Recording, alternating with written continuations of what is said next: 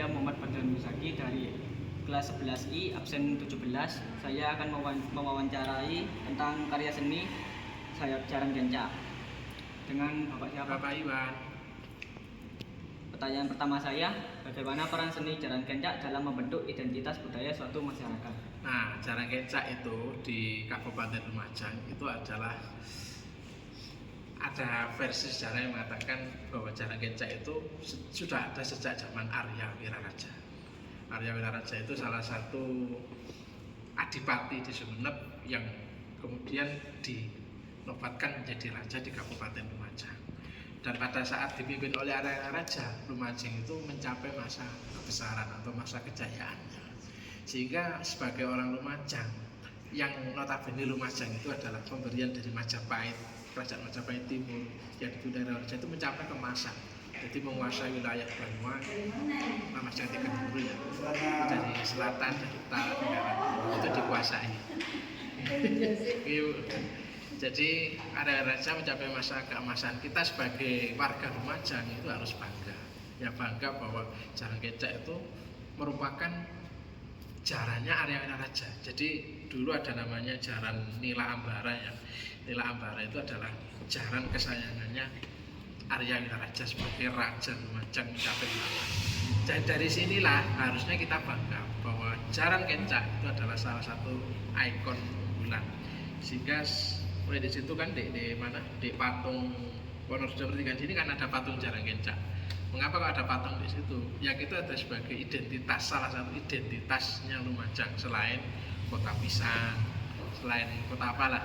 Tapi yang pasti Jaran Kencak sudah diakui sebagai warisan budaya Lumajang, sehingga itu sudah menjadi identitas seni Kabupaten Lumajang. Seperti itu. Nah, pertanyaan kedua, apakah seni Jaran Kencak harus memiliki makna tertentu atau bolehkah ia bersifat abstrak tanpa pesan khusus? Pada prinsipnya gini ya, setiap seni, apalagi kesenian tradisional itu pasti punya filosofi. Ya, tidak ada yang abstrak kalau terjadi tradisional ya.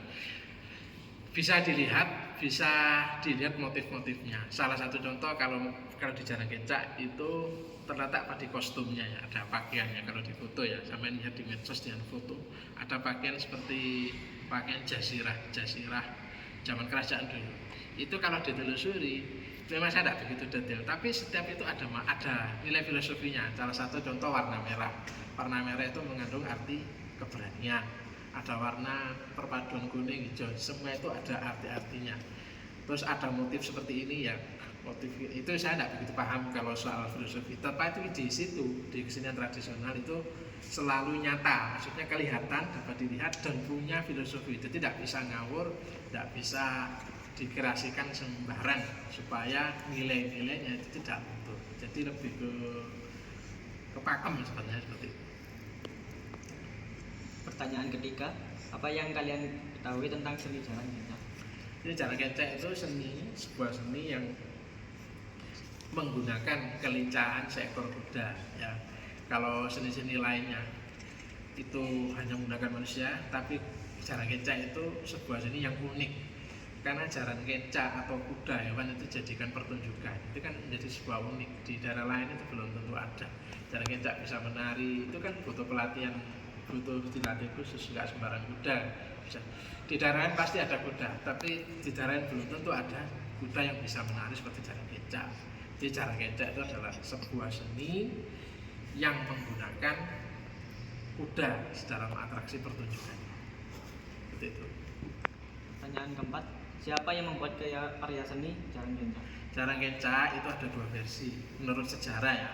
Yang pertama versi pertama itu Jaran Kencak itu tahun 1934. Itu ceritanya orang Ponorogo zaman Belanda ya. Zaman Belanda orang Ponorogo mau hijrah kembali bawa jaran, naik kuda kendaraannya. Sampai di Lumajang, kuda ini tidak nurut. Akhirnya kuda itu ditinggalkan di sini. Terus ada yang ngelatih di daerah Kelakah sana, dilatih, dipelihara, diimun seperti itu. Akhirnya nurut. Itu yang versi pertama. Dari versi yang kedua itu yang seperti yang saya sampaikan tadi, sejak zaman Arya Wiraraja itu ada tokoh namanya Kelati Saje di lereng Gunung Lemongan. Ya. Jadi Gunung Lemongan itu seorang pertapa suci atau sekarang itu kiai ya. pertapa suci di sana. Karena kesaktiannya itu bisa menundukkan kuda ini. Jadi kuda yang awalnya buas atau liar, nah liar karena kesaktian namanya keladi saja, hanya nurut. Nah, setelah nurut itu baru dilatih. Oh ternyata masyarakat senang dengan kuda, karena banyak kuda yang ditinggalkan. Jadi sejarahnya Jarang Kencak itu awal mulanya itu ada dua versi, yang dari literatur yang saya baca itu sejak 1934 ada, yang kedua sejak zaman Arya Wiraraja melalui tokoh Keladi Saja gitu. Pertanyaan terakhir dari saya, bagaimana sejarah berdirinya Jarang Kencak? Kalau berdirinya Jarang Kencak, ya itu tadi. Kalau berdirinya ya sejak itu ya seperti saya sampaikan tadi ya, kalau Jarang Kencak diakui di Lumajang itu sejak 2016, diakui sebagai warisan budaya tak benda 27 Oktober 2016, itu disahkan oleh Menteri Pendidikan dan Kebudayaan. Kalau sejarahnya Lumajang itu sudah ada keturunannya Keladi Saja, Arya Wiraraja itu ada di Rangbedali, Pak Sanali itu adalah salah satu keturunan Kepirio, kelima atau ketujuh itu ada di situ. Jadi sejarahnya berdiri Jarang Kencak ya wis tahun piro itu coba zaman nenek moyang itu sudah ada. Kalau mau pingin jelas ke Pak Sanali rumahnya di Ranyoso itu ada Jarang Kencaknya juga. Tuh kalau sejarahnya.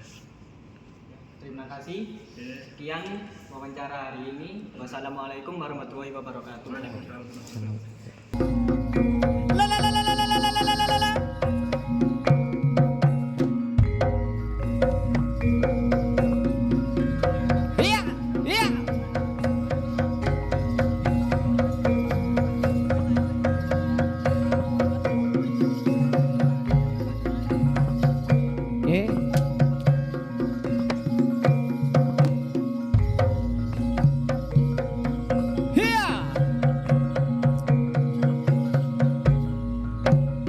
Okay.